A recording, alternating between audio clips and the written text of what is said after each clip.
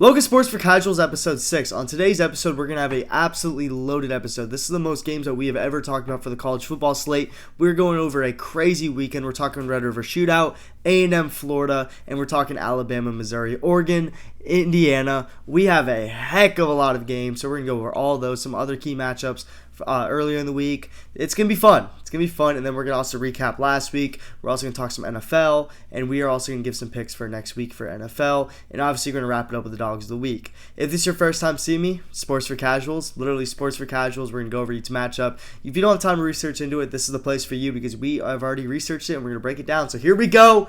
Starting off, we got to go with the recap, and we got to start with the most crazy thing that happened this weekend. Penn State, what happened?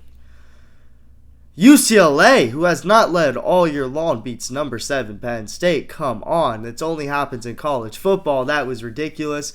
As a guy who bet Penn State minus 26.5, I am embarrassed. I'm disappointed in myself, but I'm going to bet Penn State again this weekend. I don't care.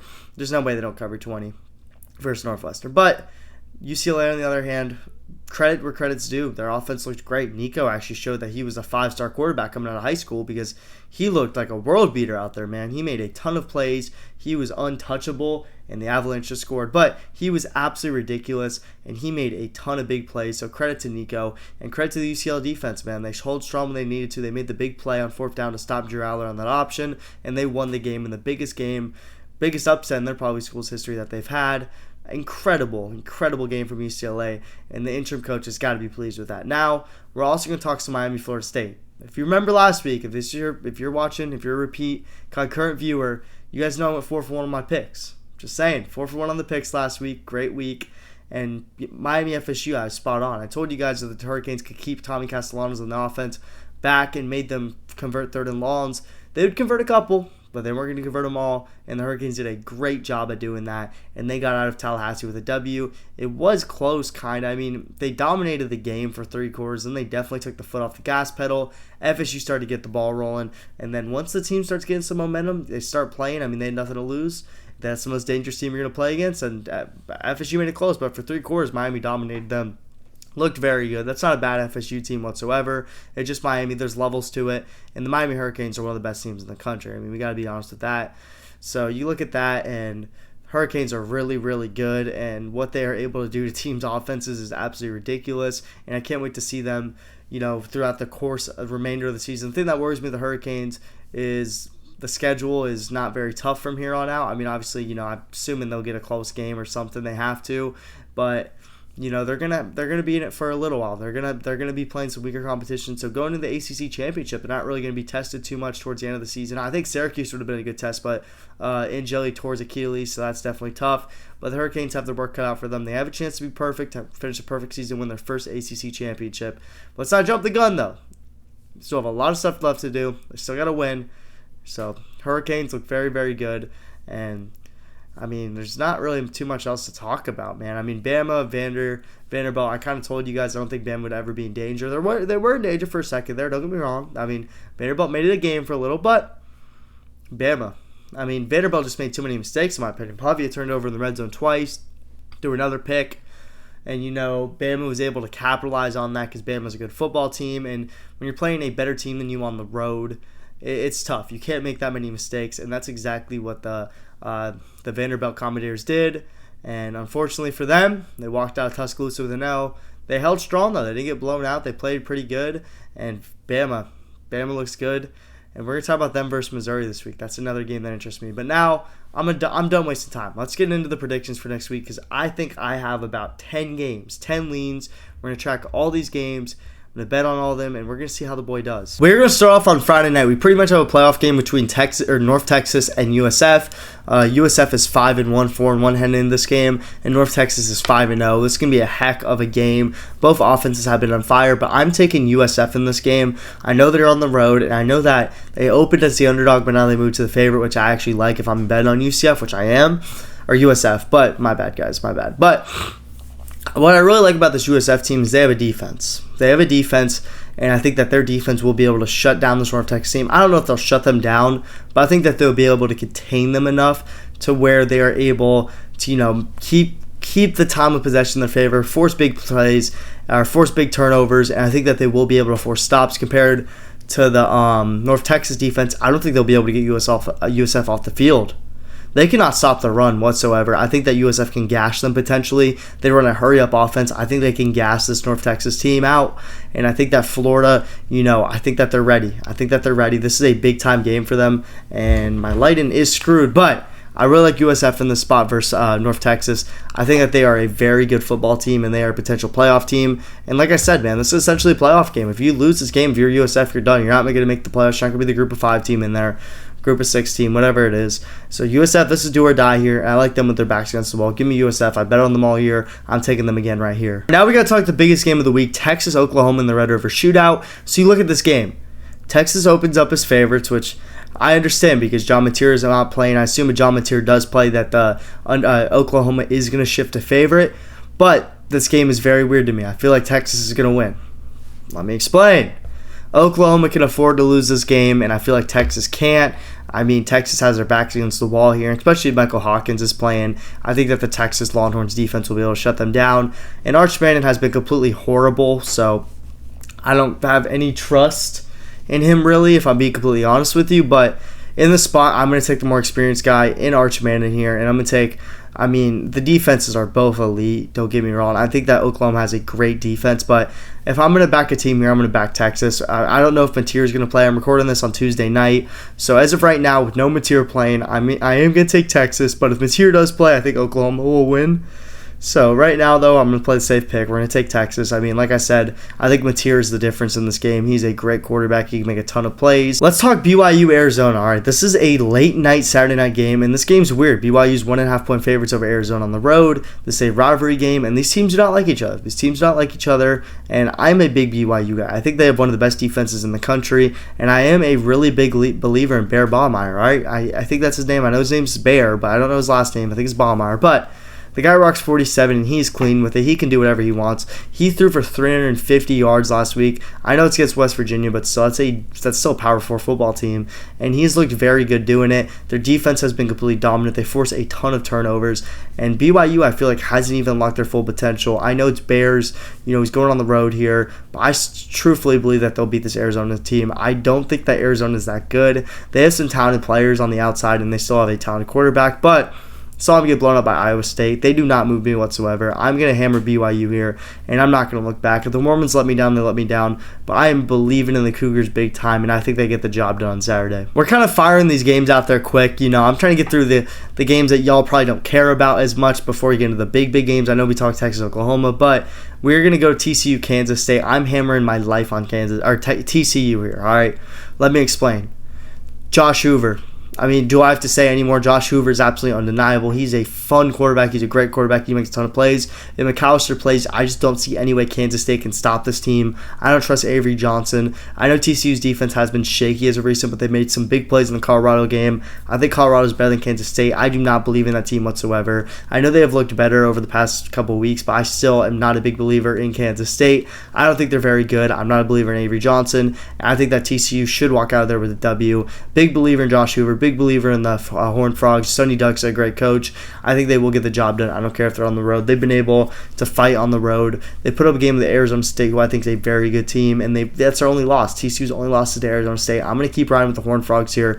One of my favorite teams this season. They're an absolute wagon. So give me the Horned Frogs minus 1.5. That line is going to boom up to 3 or 2, I think, in my opinion. I promise we're going to talk Oregon and Indiana after this, but we do got to go over some of the other games, like I said. So we're going to talk Pittsburgh and FSU. I'm taking Pitt plus 10.5 here. I think this line should be more around 6 points.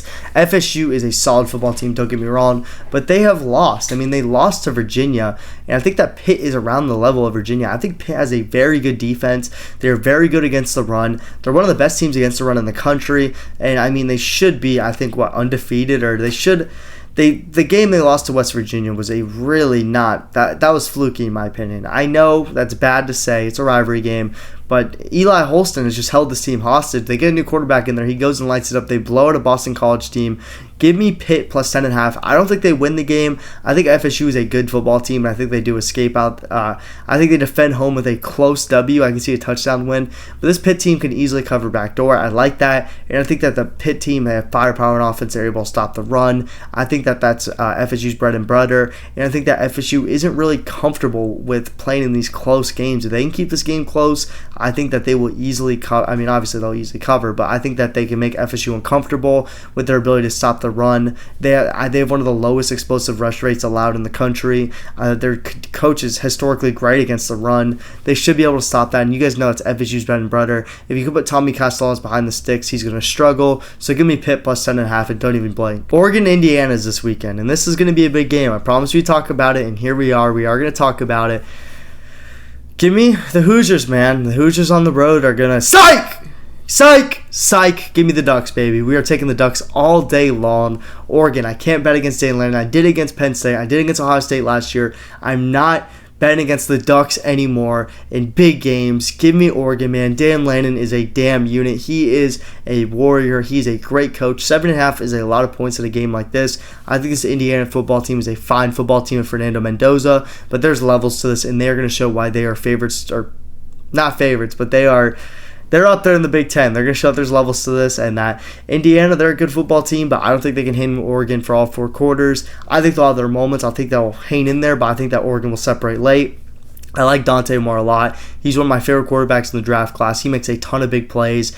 I know Indiana's defense played very good against Illinois. I just blanked there, but I think Oregon is just a different team. Indiana's traveling cross country. You got to factor that in. So I really do like Oregon in this spot. I think that they get the job done at home. They're a very fine football team. I think they're good, and I think that they should with the travel. I found out that the travel is not a joke, and that you really cannot take that travel lightly. I think that's affected a lot of these teams traveling west, and especially some of these teams west traveling east. So don't sleep on the travel here. Take the Ducks. Don't think about it, and that's what we're going to do this weekend. Now we go to Missouri versus Bama here. All right, guys, I'm super pumped up for this game, and I love the pick I have. This probably might be my favorite pick of the week.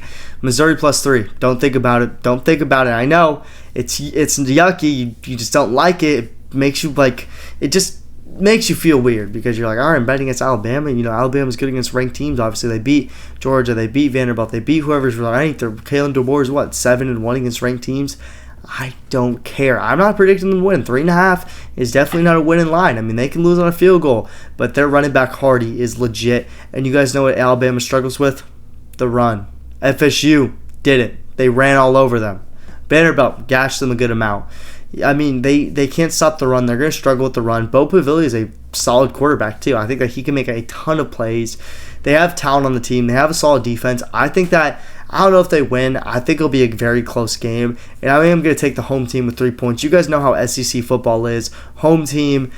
I mean, the home teams win a lot. I love home teams in the SEC. I think it's one of the biggest advantages in sports. That place is going to be absolutely crazy. This is the biggest event in Missouri in years. So I am going to take Missouri here, not think about it. I know it's yucky. I know it just makes you want to throw up a little in your mouth, but you got to trust me here. I think that Missouri is a very fine football team. They have a bunch of talent. I love their running back. They should be able to gash Alabama. I know Ty Simpson is a damn wagon. He's a great football player. Ryan Williams. You have Bernard. You have Isaiah Horton. You have a ton of guys out there. But I can't pass up Missouri at home with the points, man. That is just such good value. This is not a bad football team whatsoever. This is a very good SEC football team. Love Missouri in the spot. I think that they could possibly beat Alabama here, but 3.5 in a game that I think is a coin flip. I'm going to rock with Missouri 10 out of 10 times. Speaking of dogs, we're taking Florida plus 7.5. I know, crazy. I'm going all out, man. We're going to see how I do. By the way, this is just my gambling advice. You know, if you wanted to listen to me, when I say take it, I'm just saying this is what I like, and I'm going to be taking. If you guys are going to gamble on this game, just something to look at. But I'm taking Florida. I'm taking Florida plus 7.5. They just beat Texas. I know it's just a typical buy, sell, or it's usually you're supposed to sell high here with Florida. You're supposed to be like, all right, they beat Texas. A&M struggled in Mississippi State. Easy 7.5. But I think that DJ Lagway is one of the most talented quarterbacks in the country. I don't care they threw 5 picks against LSU. I don't care they struggled this year and hasn't looked that good. I don't care they threw 80 yards against Miami. I don't care. I do not care. I'm going to back DJ Lagway and Billy Napier because Billy Napier becomes a different coach when his job's on the line. I know they're in Kyle Field, but I truthfully think that Texas A&M, they're a solid football team, but I have to believe in that Florida Gators defense. That defense is undeniable, man. I know they had a ton of missed assignments against Texas last week that usually any other quarterback would have burned them, but Arch Manning missed them. I just think that I just think that Florida is a ton of talent on defense. I think they're a great football team on defensively, and I think that offensively they have a lot of room to grow. I think DJ Lagway is still a very talented quarterback. Dallas Wilson played his first game. That guy is a game changer. Give me Florida, man, with the points. I just can't pass up on it. I don't care. 7.5 is a lot of points. I think the Gators will keep this game close with their defense. They could possibly win this game outright. I love the Gators on Saturday. Georgia against Auburn, and I kind of had a change of heart. I was at first, I wanted Georgia here, but I'm going to take Auburn. I feel like I said, I think it's the week of the dogs, man. I think the dogs are going to cover the spread. I know we are playing a lot of underdogs to cover here, and I'm just loving this, man. Saturday night on the road, everybody's going to be on Georgia against Auburn. Auburn's lost 2 games already. They lost to A&M by 6. They lost to who? Who did they lose to? Oklahoma by 8. They're not that good. They're not that good. They're not that good. Now they go back home. They're going to be swag surfing. That place is going to be rocking. All of Auburn is going to be there, man. That place is going to be rocking. Jackson Arnold is ready for the occasion. And Georgia's defense is just not the same Georgia defense that we once knew, man. They don't have the defensive talent that they once did.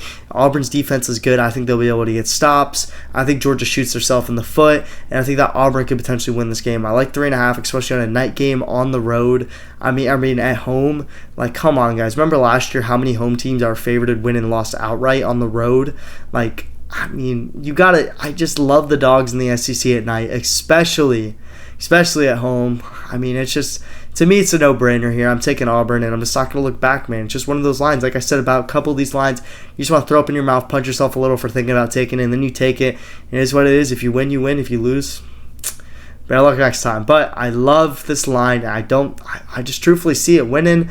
I can see Auburn winning outright, but more realistically, I can see Georgia winning in game-winning field goal. Love 3.5. I think it's one of the worst lines ever because really, how often do games end by 4 or 5? It's a very weird occasion, so you're really getting a touchdown. So I love that on the road. I think that Auburn can make this game close, keep this game close. I'm back in the Auburn. USC, Michigan, man. Like I said earlier, I have a rule. I'm not going to take a team that's traveling 3 time zones. I'm going to take USC in the spot. Home field advantage. I think that the defense is a little improved. I think they'll be able to make some big plays and get a W over Michigan, man. They're obviously favored for a reason. It's another one of those classic traps. Everyone's going to see the number next to Michigan. They're going to bet the Michigan team. They're going to be like, oh, USC has no defense. It's a trap. Take USC. Thank me later. Simple as that. No need to talk about anything else. Now, final game that we're going to talk about. All right, guys. This one's ballsy. This one makes me pull a wheelbarrow out. All right. Ballsy. I saw this line somewhere, and I gotta check if it's actually real because there's no way this line feels real, guys. Like, when I look at it, I'm like, there's no way that this legally should be allowed. Personally, this is one of my favorite wagon teams of the past 2 years, and Arizona State is 5.5-point underdogs on the road. I know it's on the road. Point total set at 47.5. They see these teams struggling. They see them struggling. Snow, weather, rain. They see it all. They see it's going to be a mosh pit. I'm taking the dog with the points on the road. I do not care. I love Sam Leavitt. This game fits him more. I know Utah wants to establish line of scrimmage, and they will establish line of scrimmage versus Arizona State team. Their front is the best. I will be honest. But I trust Sam Leavitt to make all the right plays. I trust Jordan Tyson to make big plays. I trust Coach Dillingham to win the big games. Everybody wants to write Arizona State off. They want to write them off. They lost to a good Mississippi State team on the road, where a game that was very, very winnable. They just shot themselves in the foot, went out 17-0 to start, or they went down, 17-0 to start the game, 17-3. Very good Mississippi State team, by the way, that just competed with A&M at Kyle Field, and has been in a ton of games this year. But yeah, Arizona State sucks. You're not giving me that. I'm taking them all day. I do not care. I'm going to hammer Coach Dillingham's line here. Love that team. I love everything they're about. Give me Arizona State plus 5.5. Feed it to me. I'm going to be eating it all night long. Pause. I love that line. I think that should be that's probably my favorite pick, if I'm being honest with you. Love Coach Dillingham. Love Arizona State. I think that's one of the up-and-coming, booming football teams. I think that guy's an absolutely great coach. I think that he'll outcoach Utah's coach. I'm not a bigger believer in Devin, whatever the heck his name is, after I saw him play against Texas Tech. I know Texas Tech has a very good defense, but I'm just not a believer, man. I'm not sold on it. They haven't really. I just think Arizona State's a wagon. I think they're a good team. I think that they could potentially win the Big 12 once again. Love Arizona State. Love everything that they're about. Love the coach staff. Love the players. Taking Arizona State here, not going to look back. That's my favorite pick. I'm just riding with it. And that's going to wrap out our college football picks. Now we'll talk some NFL ball. All right, pro ball. Simple as this. The Miami Dolphins, what are you doing, man? I'm a Dolphins fan. We got to talk about it first. 17-0 choke to the Panthers. Bryce Young, they made Bryce Young look like Super Cam.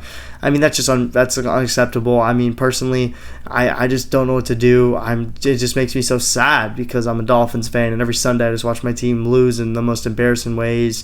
The Colts loss doesn't even feel that bad anymore because the Colts are actually a pretty good football team, but the Panthers are not a good football team, man. And, I mean, I don't even know who to blame the game on because, I mean, the defense let Rico Dowdle look like prime Derrick Henry. Derrick Henry! And, I mean, Tua, I mean, you have 2 minutes left and 3 timeouts and you're just taking sacks. You're fiddling with your thumb up your butt. Like my dog, man, my Hawaiian brother, Tua. What's going on, man? I love you, but, like, it's hard to defend you, man. I mean, you missed that throw to Waddle on second down, I know. Tua played a very good game. I don't care what happened. He missed, 3 throws badly all game long out of 28. He had multiple drops, so I can't even blame the game on Tua because Tua played a hell of a game. But it just, you have Darren Waller who's red hot, and you start going away from him, man, and you start trying to force the ball anywhere. You can't run the ball. I mean, you're getting outran by 200 yards. I mean, that's just ridiculous. You're not going to win football games like that. The Miami Dolphins have a ton of problems, and as they say, there's trouble brewing in paradise. We'll go with that. The Dolphins are in trouble. Now, Eagles losing. Very, very much surprised me. I mean, I love the Broncos. Like Bo Nix. Like Pat Surtain. I never would have thought. Especially when they're up 17-3.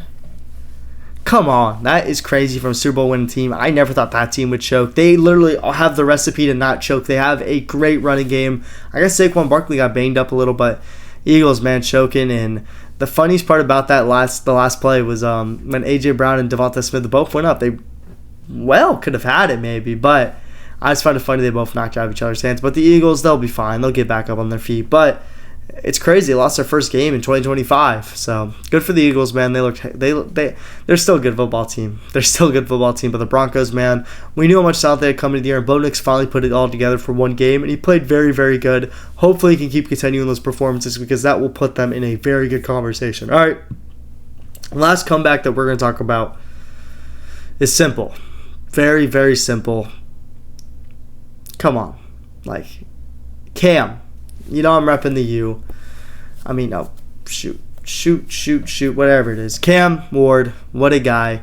And, I mean, he didn't even really, he threw for 200 yards in the fourth quarter, but the comeback was won by the defense, man. I mean, they made a ton of big plays. They got stops. Somehow Kyler Murray fumbled the ball off his helmet, and they made sure to recover it. They got a ton of stops in the fourth. And the Cardinals, we saw them almost choke against the Panthers earlier in the season. So, the Cardinals are definitely they're susceptible to choking. We've seen it happen. I mean, you can't – the key thing that really killed them, I think, I mean, obviously you can look at the running for a touchdown and fumbling the ball into the end zone. That was pretty bad. But you catch a pick and then you fumble the ball into the end zone? I think that's worse than fumbling, if I'm being honest with you. At least, fumbling the 70-yarder, you just gave them literally a free touchdown. You fumbled it into the end zone. That is just ridiculous. I'm happy for Cam Ward, though. I'm always going to be rooting for him. So I'm happy he won, but that was just crazy. And who would have thought the Cardinals would have choked that game when they're up, 14-0 or whatever? So good for the Titans going to win. Maybe they'll see a couple more. Maybe that's all I needed to see, but that was crazy. Now, talking some AFC East football. Patriots, best in the Bills. Drake May is here. Drake May is risen, and Drake May is going to be here for a while. I mean, as a Dolphins fan, it sucks to admit, but that kid can ball. He made a ton of big plays, and watching that on Sunday night made me be like, damn, man, these guys are good, and it just makes me jealous. Drake May played a hell of a game. Stephon Diggs looked like Stephon Diggs once again. And Josh Allen struggled. He struggled. I mean, I just don't think the receiving core really has all the tools necessary to win a Super Bowl this year. I think that the receiving core is definitely very limited. I mean, I like Keon Coleman. I like Dalton Kincaid. But in reality, you phase those guys out of the game. It's not scary. I'm not scared of Khalil Shakir too much. I'm not scared of Joshua Palmer. I'm not scared of the UPS driver they picked up on Tuesday morning to play on Sunday. I'm not scared of that. So they need to add something at the deadline, or they need to go on free agency and get one of these receivers or something, because they need to supply Josh Allen with a weapon. They can't keep not giving this guy a true alpha receiver. It would make so many people's lives easier, because if you look at the team and you actually have a true number one, and next to those guys like Keon Coleman, Khalil Shakir, and the UPS driver, like, that's a good squad. So you gotta do that. Patriots played a hell of a game. They made a ton of big plays. Shout out to Andy Dallas for making that game-winning field goal. Repping the U as always. So good for him. And the Patriots, man, one game out of the division lead. Don't look it out. Don't blink, because Mike Vrabel's coming for the division. That's all I gotta say. And once he has it, it could be a little while. Definitely scared of the Patriots. Okay, last game. I swear, I promise this is gonna be the last game we talk about before we get into the picks for next week. And this is gonna be it's going to be one of those games. Chiefs-Jags. Is Duval here? Is Trevor Lawrence finally here? I know he's won a playoff game, but are the Jags legit? Are the Jaguars legit once again? The defense looks awesome, man. Devin Lloyd is a leader in the middle. They have a ton of talent on the edges with Hines Allen and Trayvon Walker. They have a very talented secondary. They have players all over the field, and they play complementary football. They play a high pace on offense. They run a lot of plays. They'll tire you out. They have a very good running game with Travis Etienne. And Travis Etienne didn't even get going. The person that got going the most and made the game-winning plays is Trevor Lawrence, man. I don't care what he's done his first, 5 or 6 years in the NFL. When a guy can lead you on 2 game-winning drives like that, that's the guy. That is the guy. I mean, that game just gave me another 2 years on Trevor Lawrence, because I really do believe that he has so much talent. You guys saw it on third down when he made that laser beam of a throw to, I think, Brian Thomas Jr., if I'm correct, on third down and 14. He made a play. I mean, he's fallen over, and he gets up and runs in the end zone, breaks tackle. Like, come on. He was running the ball. He had multiple rushing touchdowns. Trevor Lawrence played a hell of a game, and you got to give credit where credit's due. That guy really balled, and he put the team on his back. He put Duval on his back, and Liam Cohen, 4-1 in his first season as head coach.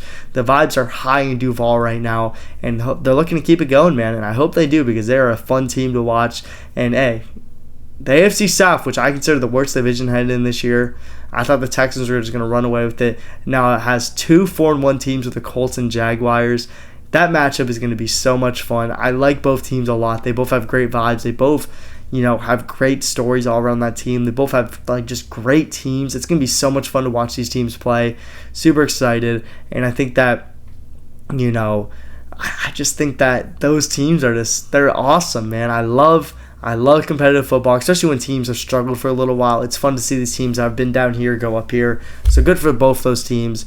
And also, I know I'm not going to talk about any other games, but shout out Baker Mayfield, because that guy just wins every single game with game-winning drives. Now, we got to get into next week, so let's go over my picks for next week and some of next week's matchups. Right, so here we go. Dolphins-Chargers. I'm not giving a pick for this game. I'm going as a Dolphins fan. And I'm going into attendance. I'm super pumped up. It's my 3rd Dolphins game ever. Huge Miami Dolphins fan, so I'm pumped up for that. W's in the chat, man. So we're just gonna talk about the game a little. I think the Dolphins could keep it close. I know. I don't want to sound too optimistic. This is just pure fandom here. I think that with all the injuries the Chargers have on the offensive line, I think the Dolphins pass rush. Actually, I'm just delusional, because the damn Carolina Panthers offensive line held us in check, and they had a bunch of backups. Dolphins could potentially get killed by Justin Herbert. He might throw for 500 yards on us. Hope it's a good game, though. Hope the offense is able to make a couple big plays. I really am. I just want to see Devon A-Chain do something cool. That's one of my favorite Dolphins players. But I hope it's going to be a fun game. And now let's get into the week. All right, so first of all, we're talking Cowboys-Panthers. So I love the Cowboys in the spot. Bet against them last week with the Jets, and not doing it again.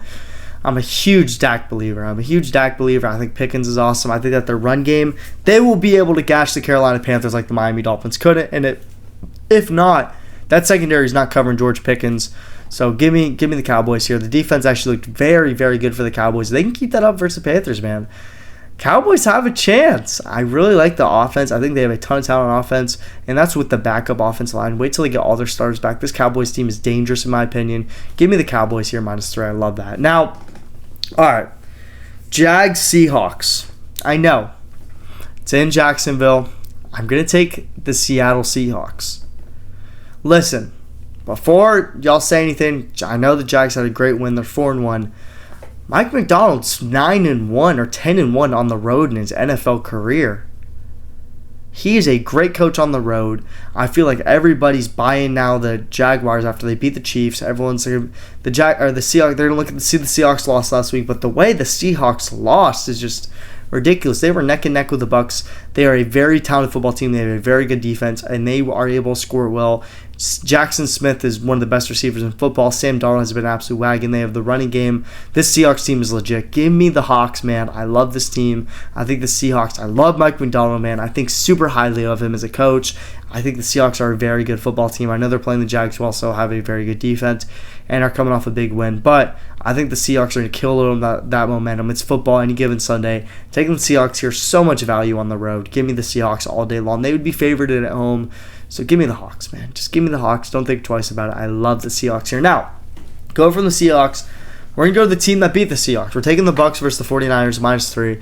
Mac Jones can't keep winning every damn game. I'm sorry, but he's not going to win every damn game as a starter, or San Francisco has problems. The Bucs, I know, they nearly beat these teams every single week. They beat these teams. They will not cover a spread ever unless it's 2.5. So we're taking the Bucs -2.5.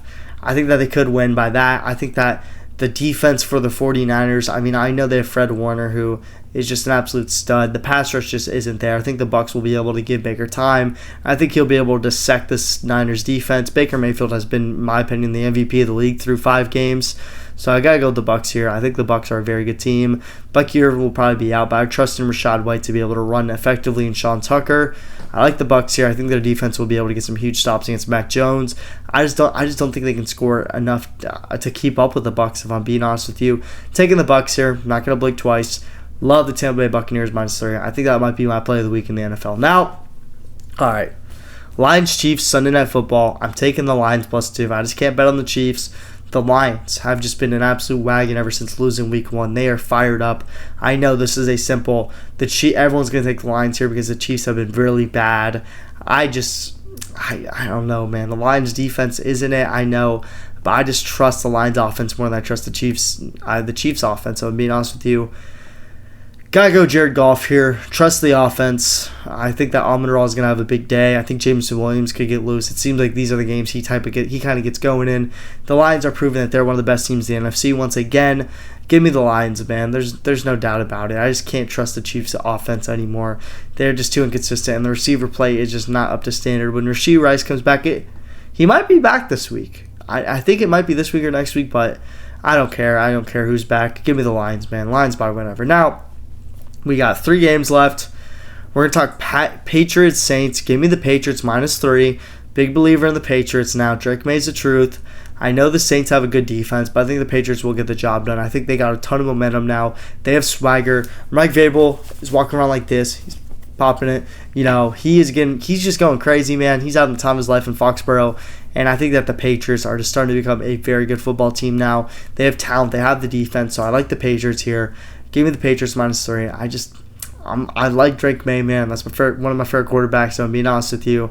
When you look at the Saints, I think that the Saints, I mean, their defense is all right. I think they're able to force Jackson Dart into a lot of mistakes last week. I don't think that Drake May is going to give them that many chances and make that many mistakes. I don't think that they're going to score, an 80-yard touchdown like they did with Rashid Shaheed. I think that the Patriots defense is just a lot better than that. Give me Drake May and the Patriots here. I love that. So taking the Patriots -3. Now, going to the Ravens, we're going to take against the Ravens every single week because the Ravens have just been god-awful. Without Lamar Jackson, they are absolutely nothing. We can confirm that. So I'm taking the Rams here, -7.5. This is a prime get-back spot for them. I think that they will. I'm taking -7. I'd buy down to 7 just so you get the push if they cover or they score 7. But the Rams are in a prime buyback spot here after a tough loss on Thursday Night Football. They had a long week. The Ravens are beat up. Give me the Rams, man. They're going to come out fresh. They're going to come out hungry. They should bust this Ravens team's butt. Matthew Stafford and Puka are going to put up they're going to put up video game numbers against this team. Give me the Rams. The Rams won't be able to stop them. The Ravens won't be able to keep up. It's just too obvious here. Now, all right. Last game that we're talking about. If you guys have followed me for a minute, which probably none of y'all have, the Rams, or the Commanders and Bears. If you don't remember last year, around this time, a young boy named Ace Salmon went to a Bears game as a Bears fan.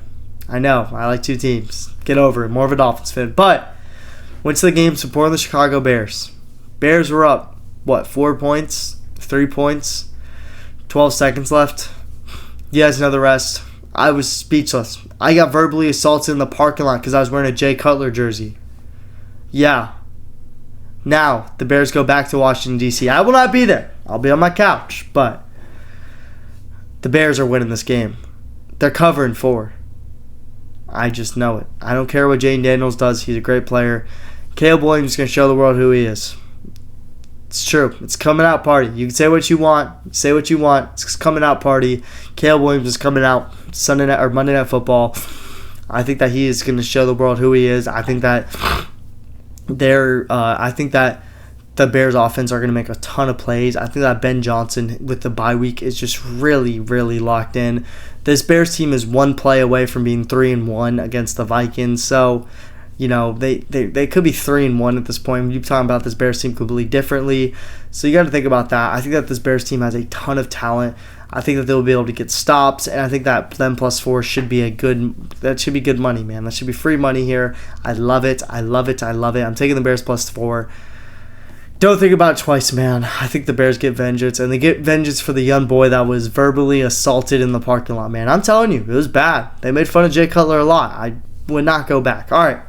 Now, we're done talking our games. We're going to give out the dogs of the week, and then we're going to wrap up the show. So, when I think of a dog, I think of a guy that is tough, puts the team on his back, makes big-time plays in big-time moments in big-time games, and really just dominates. Talks shit, dominates, hits mofos, and just plays with his heart on his sleeve. And the first guy that really comes to mind, Malachi Toney from the University of Miami. My guy is freshly 18, and he just went out there in a rivalry game and dominated an opposing team, and he made them inferior, and he made all of his fans know that this guy's going to torment them for the next 2 games, possibly 3. He's showing them he's going to torment them mentally and physically. He's going to do the war chant in their face, and he's going to laugh, and he's going to have fun, and he's going to dominate it. That's what he's going to do, and that's exactly what he did in this game. He went crazy, 2 touchdowns. He had a 70-yard touchdown called back. The guy's a game breaker. He's an absolute game breaker. He is a very fast player out of the slot.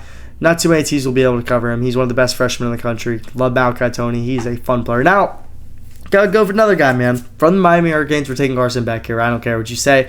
4 touchdowns. You deserve it. On the road in a tough stadium against a team that's not a walk in the park. I make fun of FSU a lot, obviously, because I wear the rep in the Hurricanes. But they're a tough team. They have a lot of heart at home. They're a tough football team to play against. They're a solid football team. Obviously, the defense isn't where you want it to be, but still, Carson Beck made some big-time throws. I mean, the touchdown of Malachi Toney was absolutely ridiculous. He had a couple big-time plays. Carson Beck is a gamer, and he deserves to be in the spot. Now, dog of the week. A guy that I thought I'd never say on this list. Never. I mean, especially how the first couple of weeks have started for the season. But this guy deserves it. 5 total touchdowns, leading to one of the biggest upsets this year probably. At home, biggest game of his career, but best game of his career. Give me Nico Imamlave from UCLA. 5 touchdowns. He looked like Hawaiian Vic. All right, he was rolling. He was running, and I mean, I don't know if he's Hawaiian, but he was getting after. He looked like he was going crazy, man. My guy Nico was going crazy, and you gotta give credit because, I mean, that's a good Penn State defense. That's a team that held Oregon to 21 points, and they put up 42 on them, if I'm correct. That is a ridiculous number. Or 46. I don't know what they put up on them, but they put up points, and they looked very good doing it. The Penn State offense had no answer for that. Our defense had no answer for Nico, and Nico played his butt off. You got to give credit where credit's due. He's worth that NIL money, baby! Nico, got to give credit where credit's due. Good for him, man. They needed that win. UCLA might be back on the wagon, man. All right. Now we go to the NFL for our dogs. Emeka Egbuka. Remember the name. He is just crazy. He's on pace for 1,500 yards in his rookie season. Played a hell of a game against the Seattle Seahawks defense. That's tough. Was Baker Mayfield's primary weapon here, and he just dominates. He just dominates, man. He gets open all the time, makes great catches. He makes insane plays, and you're like, this guy again? That's what my reaction was. It was like, Emeka again? How does he just keep doing this? And he's only a rookie. He's only going to get better and better. The Bucs hit a home run on that pick, and you know what Emeka is? He's a dog. Now, our last guy that we're talking about, pains me to say it as a Dolphins fan, but we got to give credit where credit's due. Doing something that the Miami Dolphins haven't done, I think, in their entire rebuild, and going into Buffalo and winning a game. Drake May, man, what a game from the young lad. Put together, it wasn't pretty. Like, I mean, you know, the numbers, 300 yards passing, that's pretty, but touchdown-wise, like, he didn't go out there and throw for 700 yards, 6 touchdowns. He went out there and played a very good game, and he made the plays we needed. He's getting sacked. He's throwing the ball, hitting his guy. He's making plays where he's running towards the sideline, throwing darts sidearm. He just made a ton of plays, man. His arm is an absolute rocket ship, and he got his boys right. He made a ton of big-time plays. He's a big-time player, and, I mean, when you think about that, you got to give credit where credit's due because that guy is just a stud. He's only getting better. I mean, his ceiling's up here. He's just going up. He's just getting started, so I'm definitely scared to see where he develops, and he's going to be a guy in the future. Now, I know we usually only do 6 dogs a week, but we got to throw Mac Jones on there. The fact that he went in as about a double-digit underdog on Thursday Night Football and beat the Rams is ridiculous. He's seeing dead bodies. He's creating dead bodies because Mac Jones is a damn dog, and he's just so good at football. Now, I know he's a backup, but still, I mean, the guy comes in and wins every game. You got to get the so good to Mac Jones. All right, that is our dogs of the week, man. I appreciate the heck out of you guys. Love doing this. It's fun. So, you know, make sure to subscribe, man. That means the absolute world to me. Also, make sure to like the video and make sure to, you know, comment what you guys want me to talk about for next week and comment if you guys like it, man. I appreciate that. And as always, I'll see you guys in the next episode. I appreciate you guys for watching.